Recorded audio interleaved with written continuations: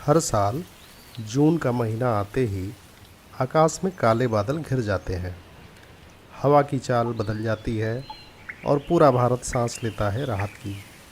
पर क्या आपने कभी सोचा ये बादल आते कहाँ से हैं और हर साल एक ही वक्त पर भारत क्यों भीग उठता है?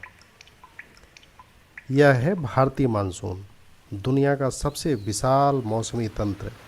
एक ऐसी हवा जो सिर्फ मौसम नहीं लाती बल्कि भारत की अर्थव्यवस्था, कृषि और संस्कृति को भी दिशा देती है। तो चलिए जानते हैं कि आखिर यह हवा का डांस कैसे होता है। इसको धीरे धीरे करके जानेंगे, लेकिन इसके पहले यूपीएससी के दो प्रश्नों को हम देख लेंगे। पहला प्रश्न 2023 में पूछा गया था, with reference to Indian monsoon consider the following statements. The south west monsoon brings most of the rainfall to Tamil Nadu. The northeast monsoon is active mainly in the months of October to December. The monsoon is caused by differential heating of land and sea. और ये statement, आप चार statement देख रहे हैं। अगला एक प्रश्न लेते हैं। ये 2020 यूपीएससी में पूछा गया था। इधर फेनोमेनन दिया गया है, इधर एक्सप्लेनेशन दिया गया है। पहला फेनोमेनन है El Nino, warming of the Pacific ocean surface waters. मतलब अल नीनो के बारे में ये जो बात कही जा रही है वो सही है कि नहीं। इसी तरह से ला नीना के बारे में the cooling of Pacific ocean surface waters, ये बात सही है कि नहीं। और वाकर सर्कुलेशन के बारे में air circulation in tropical Pacific link to pressure differences, ये बात सही है कि नहीं। और इसी हिसाब से ये चार ऑप्शन दिए गए हैं, इसमें कौन कौन सा मैच कर रहा है ये बताना है। अब ये हम जानेंगे। अभी अगर आप प्रश्न को हल कर सकते हैं तो अच्छी बात, नहीं कर सकते हैं तो आगे का जो भी हम कंसेप्ट समझेंगे मुझे पूरा विश्वास है कि आप उसके बाद उत्तर देने में सक्षम होंगे। तो चलिए अगला देखते हैं स्लाइड। अगर भारतीय मानसून के कैरेक्टर की बात की जाए तो पहला कैरेक्टर सामने आता है सीजनल रिवर्सल ऑफ विंड्स। मतलब मौसमी रूप से हवाओं का परिवर्तन। मतलब जब शुरू होता है मानसून तो कुछ इस तरह से दिशा होती है, और जब लौटता है मानसून तो कुछ इस तरह से दिशा होती है। मतलब ये रिवर्स हो गया। अनइवन डिस्ट्रीब्यूशन ऑफ रेनफॉल, इसका मतलब है कि पूरे भारत की अगर बात की जाए तो केरल में जितनी वर्षा होती है उतनी ही मात्रा में वर्षा आंध्र प्रदेश में नहीं होती, उड़ीसा में कुछ और बारिश होती है, मध्य प्रदेश में कुछ और, राजस्थान में कुछ और, ऐसे उत्तर भारत में कुछ और। मतलब धीरे धीरे कम होता है, कहीं अधिक कहीं कम, कहीं अधिक कहीं कम। तो ये अनइवन डिस्ट्रीब्यूशन है, विषम वितरण है। डिस्टिंक्ट सीजनल साइकिल, अब स्पेशली ये जून से लेकर के और दिसंबर के बीच में इसकी यात्रा संपन्न हो जाती है। तो इसलिए फिर ये जनवरी से नहीं रहती, तो जून से लेकर के दिसंबर तक, और स्पेसिफिकली कहा जाए तो जून से लेकर के सितंबर तक जो बारिश होती है। लेकिन अगर पांडिचेरी, आंध्र प्रदेश और तमिलनाडु के विषय में कहा जाए तो ये दिसंबर में ही आती है, क्योंकि दिसंबर में इनको उत्तर पूर्वी हवाओं से मानसून मिलता है। वेरिएबिलिटी एंड अनसर्टेनिटी, इसका मतलब है कि मान लीजिए कि 2025 में जितना मानसून आया, जितनी मात्रा में वर्षा आई उतनी ही मात्रा में वर्षा कोई ज़रूरी नहीं है कि 2026 में आएगी। इससे अधिक भी हो सकता है, इससे कम भी हो सकता है। रोल ऑफ ओरोग्राफी, मतलब कि जो मानसूनी हवा है नमी भर कर के आगे बढ़ रही है, उसके रास्ते में एक बैरियर का आना बहुत आवश्यक है, तभी जाकर कि यह हवा रुकेगी और कंडेंसेशन होगा, संघनन होगा, और यहाँ पर बारिश के रूप में वो गिरेगी।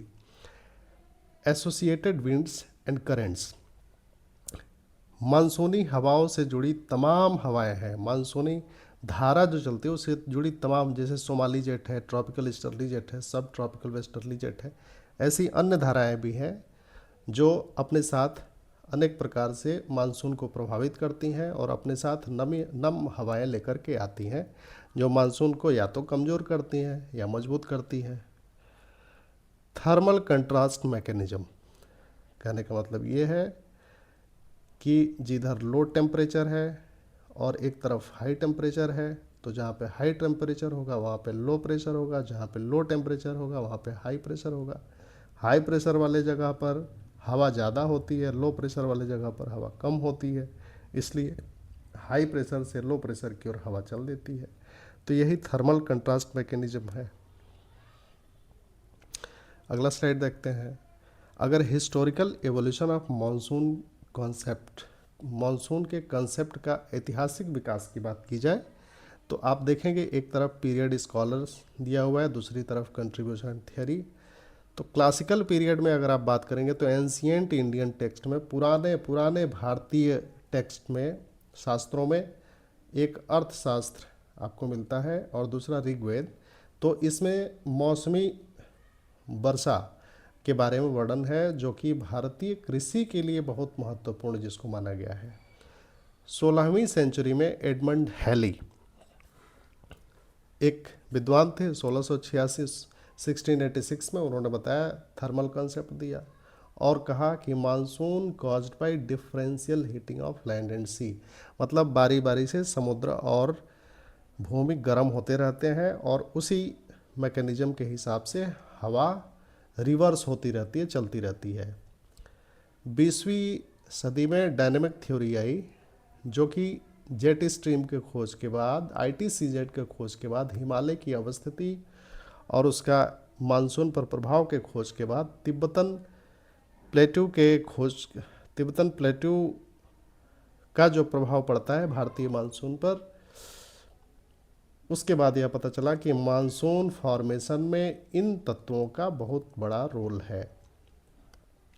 मॉडर्न एरा मतलब पोस्ट 1960s, देखिए अनेक सुपर कंप्यूटर और सैटेलाइट के आविष्कार के बाद ENSO, El Nino south oscillation, walker circulation, Indian ocean dipole, इस सब का भी रोल सामने आ चुका है, यह जानकारी प्राप्त हो गई है।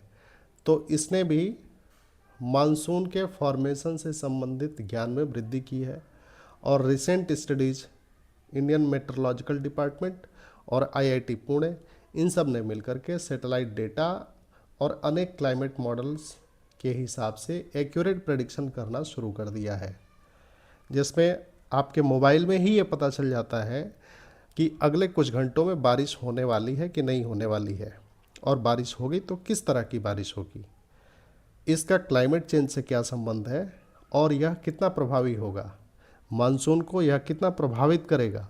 ऐसी ऐसी चीज़ें खोज के रूप में सामने आई हैं, उसको हम एक अलग से देखेंगे। हम अभी मानसून पे ही अगला स्लाइड देखते हैं। मानसून के प्रोग्रेशन की बात की जाए तो केरल में 1 जून को पहली बारिश औसतन एवरेज हो जाती है।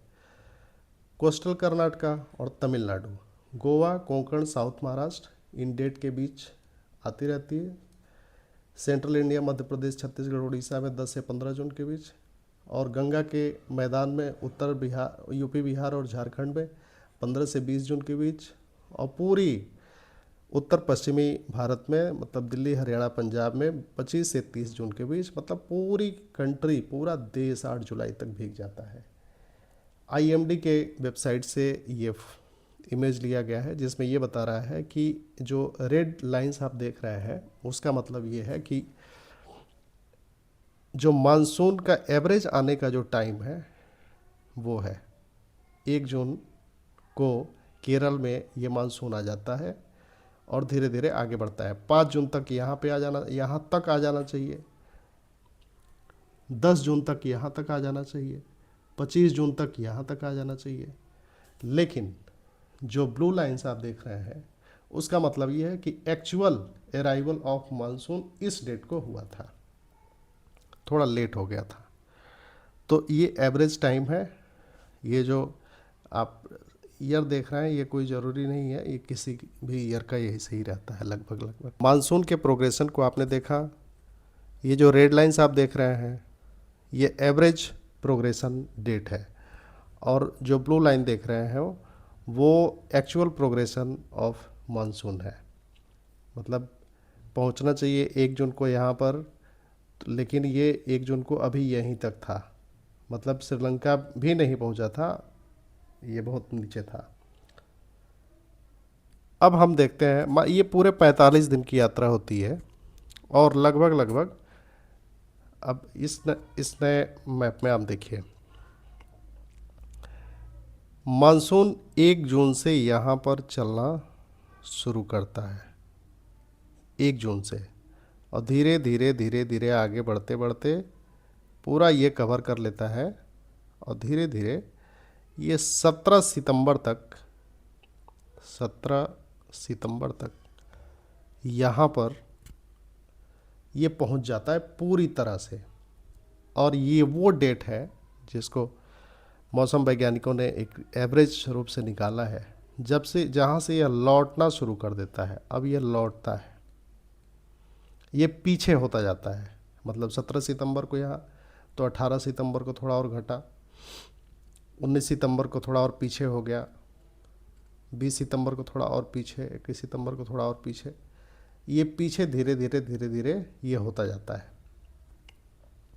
दूसरी तरफ एक घटना और इसके पैरेलल होती है, इस पर आपको ध्यान देना चाहिए, बहुत महत्वपूर्ण चीज़ है। देखिए 45 दिन की मानसून की यात्रा में मानसून ने पूरे उत्तर भारत को ठंडा कर दिया है, पूरे उत्तर भारत को ठंडा कर दिया है। और ठंडा कर दिया है मतलब लो टेम्परेचर हो गया है, और लो टेम्परेचर हो गया मतलब हाई प्रेशर हो गया है। इसके उलट आप जानते हैं कि जाड़ा आते ही सूर्य साउथ की ओर जाता है, मतलब दक्षिणायन होता है उसका, दक्षिण की ओर चला जाता है, इक्वेटर से भी दक्षिण, विषुवत रेखा से भी दक्षिण चला जाता है, मतलब उसकी धीरे धीरे स्थिति मकर रेखा पर हो जाती है। और इधर उत्तर भारत पर, पूरे भारत पर स्थिति ये बन जाती है कि यहाँ पर गर्मी कम हो जाती है।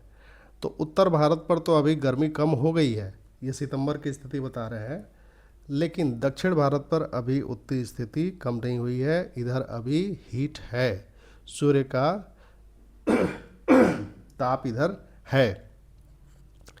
इससे क्या है कि यहाँ पर अभी हाई टेम्परेचर है, हाई टेम्परेचर है तो लो प्रेशर है।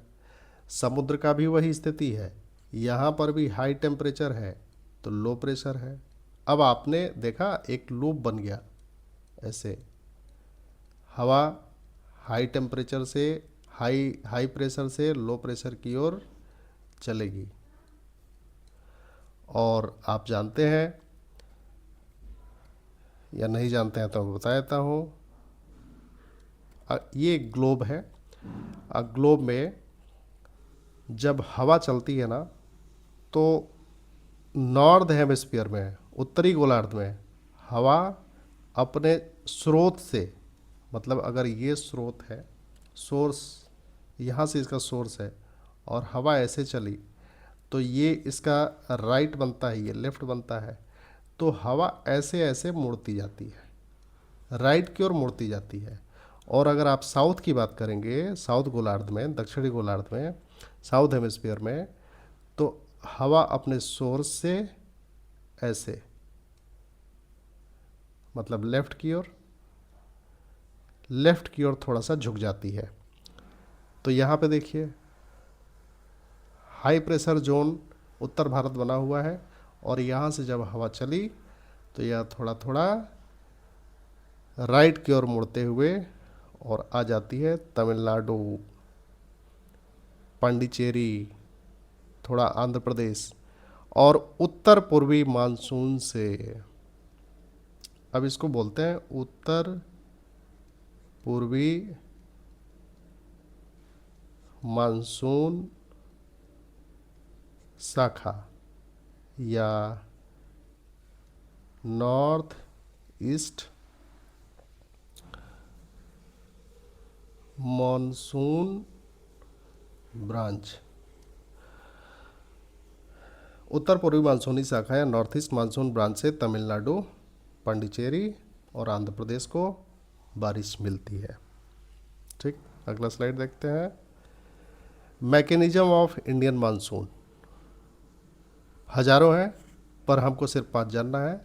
Tropical स्टर्ली jet, Somali jet, second equatorial trough, El Nino IOD और सब ट्रॉपिकल वेस्टर्ली जेट। तो पहला ट्रॉपिकल स्टर्ली जेट को देखते हैं।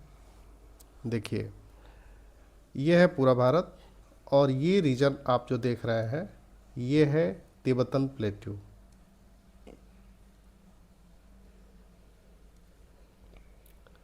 तिब्बतन प्लेटू, तिब्बत का पठार। अभी गर्मी का जब मौसम है तो यहाँ पर हाई टेम्परेचर है, हाई टेम्परेचर। तो हाई टेम्परेचर है तो ये लो प्रेशर होगा। अब आइए आप अरब सागर में। अरब सागर में यहाँ एक क्षेत्र है सीचलिस के पास, सेशल्स के पास, जिसको बोलते हैं Mascarene high basin. Mascarene high basin. Mascarene high basin में इसके अपेक्षा, तिब्बत के पठार की अपेक्षा यहाँ पर लो टेम्परेचर है।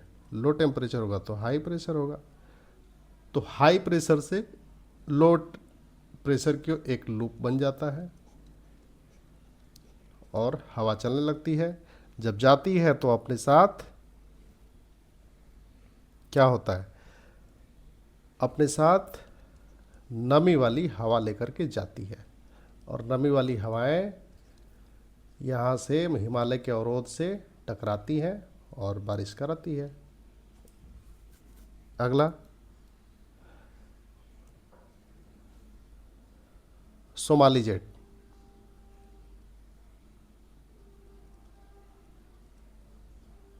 सोमाली जेट देखिए, जेट धाराएं हैं मेडागास्कर के पास। प्रेशर जोन के लो हाई होने की वजह से एक नई जेट धारा शुरू होती है। आप जानते हैं जेट धारा जो चलती है वो मियांडरिंग करके चलती है, ऐसे ऐसे करके चलती है। तो मियांडरिंग करके चलती है। सोमालिया में आते आते ये टकराती है सोमालिया से और इसका बाइफर्केशन मतलब द्विशाखन हो जाता है और एक शाखा अपने साथ ऐसे चलती है और सीधे भारत पर आती है और अपने साथ नमी लेकर के आती है और इस तरह से बारिश होती है। अगला second equatorial trough. Second equatorial trough. Trough जो शब्द होता है, ट्रफ का मतलब होता है लो प्रेशर जोन। ट्रफ का मतलब लो प्रेशर जोन। अब आप देख रहे हैं इक्वेटर मतलब विषुवत रेखा, और विषुवत रेखा के साउथ में, दक्षिण में एक स्थिति बनती है जहाँ पर एक ट्रफ यहाँ पे बन गया और एक दूसरा ट्रफ यहाँ पे बन गया। दो ट्रफ बन गया और दोनों ट्रफ मतलब ट्रफ बन गया तो ये साइक्लोनिक फेनोमिना है, एक चक्रवाती परिघटना है। मतलब ट्रफ बन गया, यहाँ पे लो प्रेशर जोन हो गया तो बाहर हाई प्रेशर जोन है, इसकी वजह से यहाँ पर चक्रवात जैसा हो गया। तो हवा ऐसे घूमती है और फिर जैसे ही यह आगे बढ़ती है, आगे बढ़ती जाती है और अपने साथ भारी मात्रा में नमी को लेकर के भारत भूमि की तरफ आगे बढ़ती है। यही काम इसका भी होता है।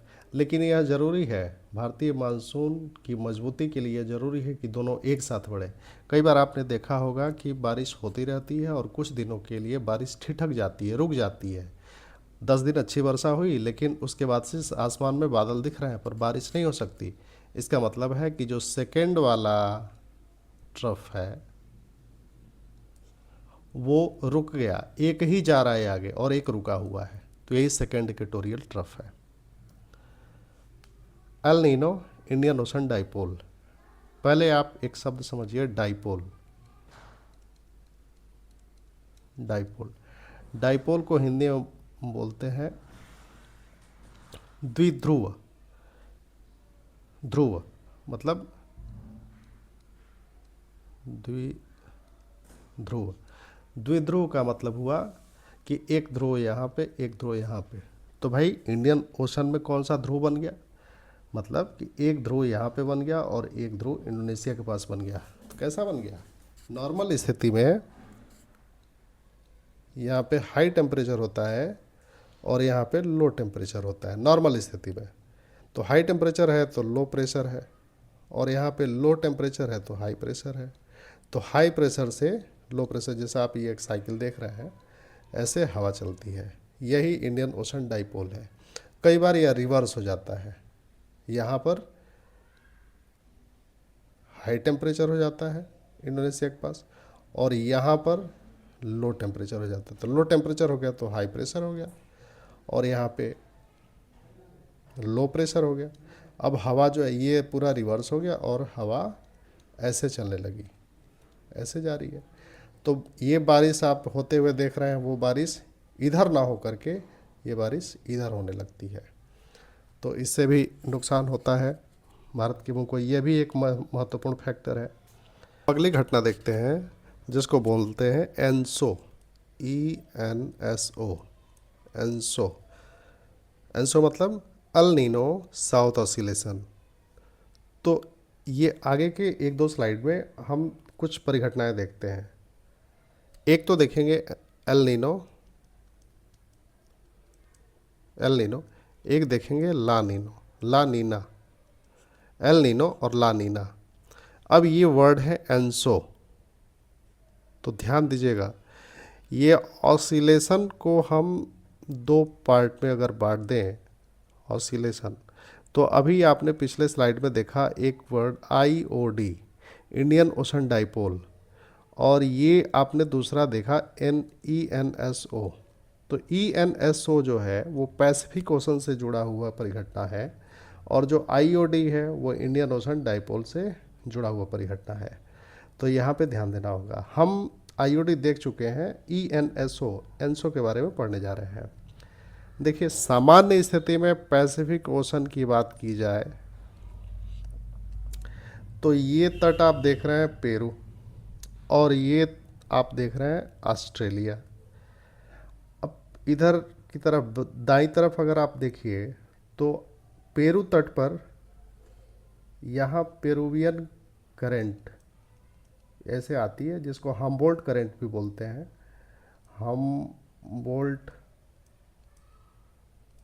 करंट या पेरुवियन करंट, ये पेरू करंट भी बोलते हैं। ये कोल्ड करंट है, कोल्ड करंट है, ठंडी धारा है। तो ये जब ठंडी धारा आती है तो यहाँ पर जो माहौल है, जो क्षेत्र है, ठंडा हो जाता है।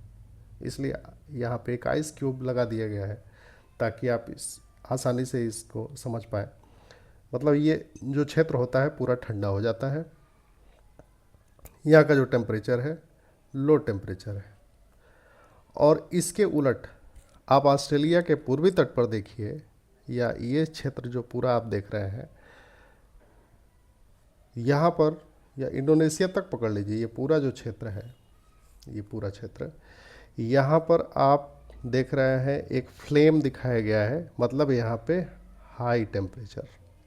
तो नियम क्या कहता है, हाई टेम्परेचर मतलब लो प्रेशर, और लो टेम्परेचर मतलब हाई प्रेशर। दूसरा देखिए,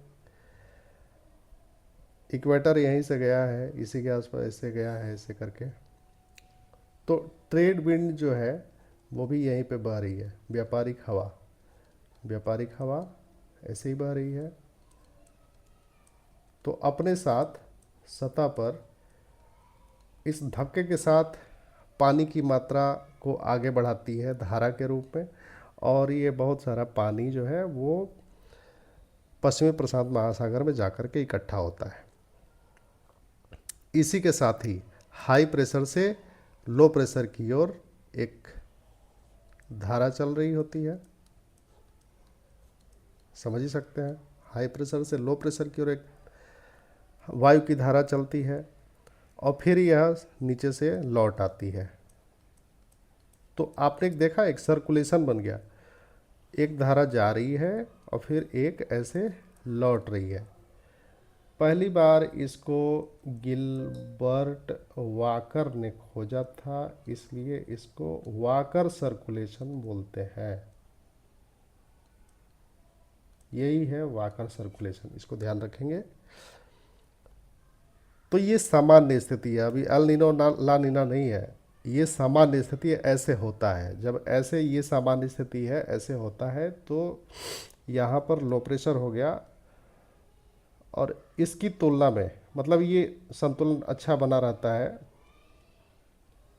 और भारत भूमि पर इसकी तुलना में भी, चूंकि वहाँ पे तो और गर्मी है, तो वहाँ पे यहाँ पे अगर लो टेम्परेचर है वहाँ तो और भी, यहाँ पे हाई टेम्परेचर है तो वहाँ तो और भी हाई टेम्परेचर है।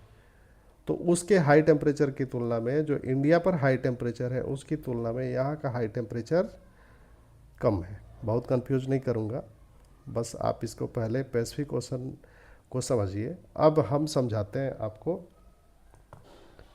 ला नीना समझा देते हैं पहले, तब एल नीनो समझिएगा।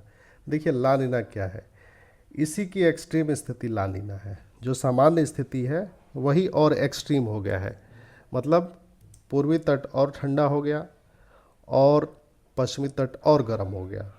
पूर्वी तट और ठंडा, पश्चिमी तट और गर्म, बस यही ला नीना की स्थिति है। तो जो ये वाकर सर्कुलेशन आपने देखा था वो और तेज हो जाती है। वाकर सर्कुलेशन आपने जो देखा था ये और तेज हो जाती है। जो जो पैसिफिक ओशन है उसका जो सतह है एकदम ठंडा हो गया है इसकी वजह से। लानिना की स्थिति में पर सतह जो है और ठंडी हो जाती है। क्यों? क्योंकि आप देख रहे हैं, तो और एक्सट्रीम स्थिति हो जाती है, तो यही लानिना है। तो लानिना अगर आ गया पैसिफिक ओशन में तो भारत को इससे फ़ायदा मिलता है। लानिना आता कब है? लानिना आमतौर पर नवंबर दिसंबर में आता है, नवंबर से लेकर के दिसंबर तक आता है। लानिना लानिना ये स्पेनिश वर्ड है, स्पेनिश, और इसका मतलब होता है छोटी लड़की, छोटी लड़की। चलिए अब अल नीनो देखिए। अल नीनो में देखिए क्या हो गया। आपने पिछले स्लाइड पर फिर ध्यान से देखिए, फ्लेम कहाँ है, और इस स्लाइड में अब देखिए फ्लेम कहाँ आ गया। आइस कहाँ थी? पेरू के पास। अब आइस कहाँ है? ऑस्ट्रेलिया के पास। स्थिति पलट जाती है। इसको अल नीनो बोलते हैं। वो ला नीना था, ये El Nino, NINO। El Nino भी एक स्पेनिश वर्ड है और इसका मतलब होता है पवित्र बालक। पवित्र बालक, पवित्र बालक क्यों? यह पेरू में स्पेनिश लोग रहते हैं, उन्होंने ही ये नाम दिया था अल नीनो। वहाँ के मछुआरों ने नाम दिया था, जो मछली मारने वाले लोग हैं, इसलिए दिया था कि जब एल नीनो आता है हर 3 से 5 साल के बीच एक बार आ ही जाता है। तो जब आ जाता है तो आमतौर पर यहाँ पे क्या होता है कि इस क्षेत्र का तापमान गर्म हो जाता है। क्षेत्र का तापमान गर्म हो जाता है तो यहाँ जो हवा आती है नमी वाली, वो ठंडी होकर के कंडेंस होकर के संघनन हो जाता है उसका, और यहाँ पे भारी मात्रा में बारिश होती है। भारी मात्रा में जब बारिश होने लगती है पूर्वी तट पर, आमतौर पर ये बारिश पश्चिमी तट पर होती है, लेकिन ये बारिश एल नीनो की स्थिति में पूर्वी तट पर होने लगती है। तो जब पूर्वी तट पर बारिश होने लगती है तो यहाँ पे बहुत मात्रा में मछलियाँ उत्पन्न होती हैं, पैदा होने लगती हैं, जिससे स्पेनिश ये पेरुवासियों को बहुत फ़ायदा होता है। इसीलिए यहाँ के लोगों ने इसको एल नीनो मतलब पवित्र बालक। और पवित्र बालक क्यों? क्योंकि दिसंबर में ही, नवंबर दिसंबर में ही होता है, और दिसंबर के टाइम में जीसस क्राइस्ट का जन्मदिवस भी तो मनाया जाता है 25 दिसंबर को। तो ये चीज़ है, इसीलिए इसको एल नीनो या पवित्र बालक कहा गया, क्योंकि इससे उनको फ़ायदा ही फ़ायदा है। अब आते हैं कंसेप्ट पे। यहाँ हो गया गर्म और ऑस्ट्रेलिया का तट हो गया ठंडा। अब यहाँ पर लो टेम्परेचर तो हाई प्रेशर, और यहाँ पे हाई टेम्परेचर तो लो प्रेशर। तो नियम के हिसाब से हवा इधर चलेगी, हवा चलेगी इधर। तो जब हवा इधर चलेगी तो इसका मतलब कि नॉर्मल स्थिति का जो वाकर सर्कुलेशन था वो उसकी दिशा पलट गई, मतलब शिफ्ट हो गया, एक शिफ्टिंग आ गई। अब आप जब प्रश्न याद करेंगे तो वहाँ पर फिर आपको याद आएगा। शिफ्ट हो गया।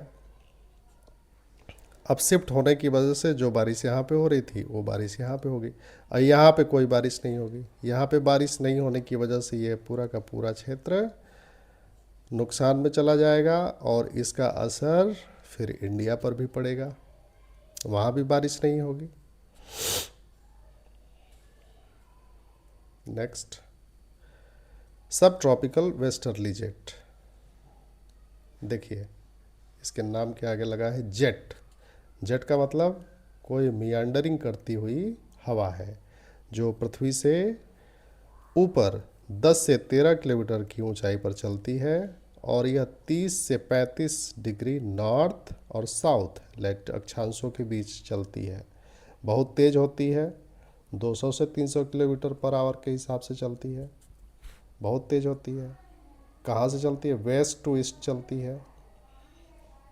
ये जब आती है तो आप यहाँ पे ये लोकेशन देख रहे हैं, यहाँ पे हिंदुकुश पर्वत है जो पाकिस्तान में पड़ता है, हिंदुकुश। और हिंदुकुश में इसका बाइफर्केशन हो जाता है, द्विशाखन हो जाता है। एक शाखा हिमालय के उत्तर चली जाती है और दूसरी शाखा हिमालय के दक्षिण चली जाती है। जो शाखा हिमालय के दक्षिण आती है वो अपने साथ मेडिटेरेनियन सी से होते हुए तो ला ही रही होती है, तो मेडिटेरेनियन सी की नमी इस ब्रांच के साथ आती है और उत्तर भारत को भिगो देती है। तो आपने ये भी देखा। अब आप आइए अपने क्वेश्चन पे। With reference to Indian monsoon consider the following statements. पहला स्टेटमेंट क्या था? The south west monsoon brings most of the rainfall to Tamil Nadu. ना ना ना, तमिलनाडु पर तो नॉर्थ ईस्ट वाली आती है ना।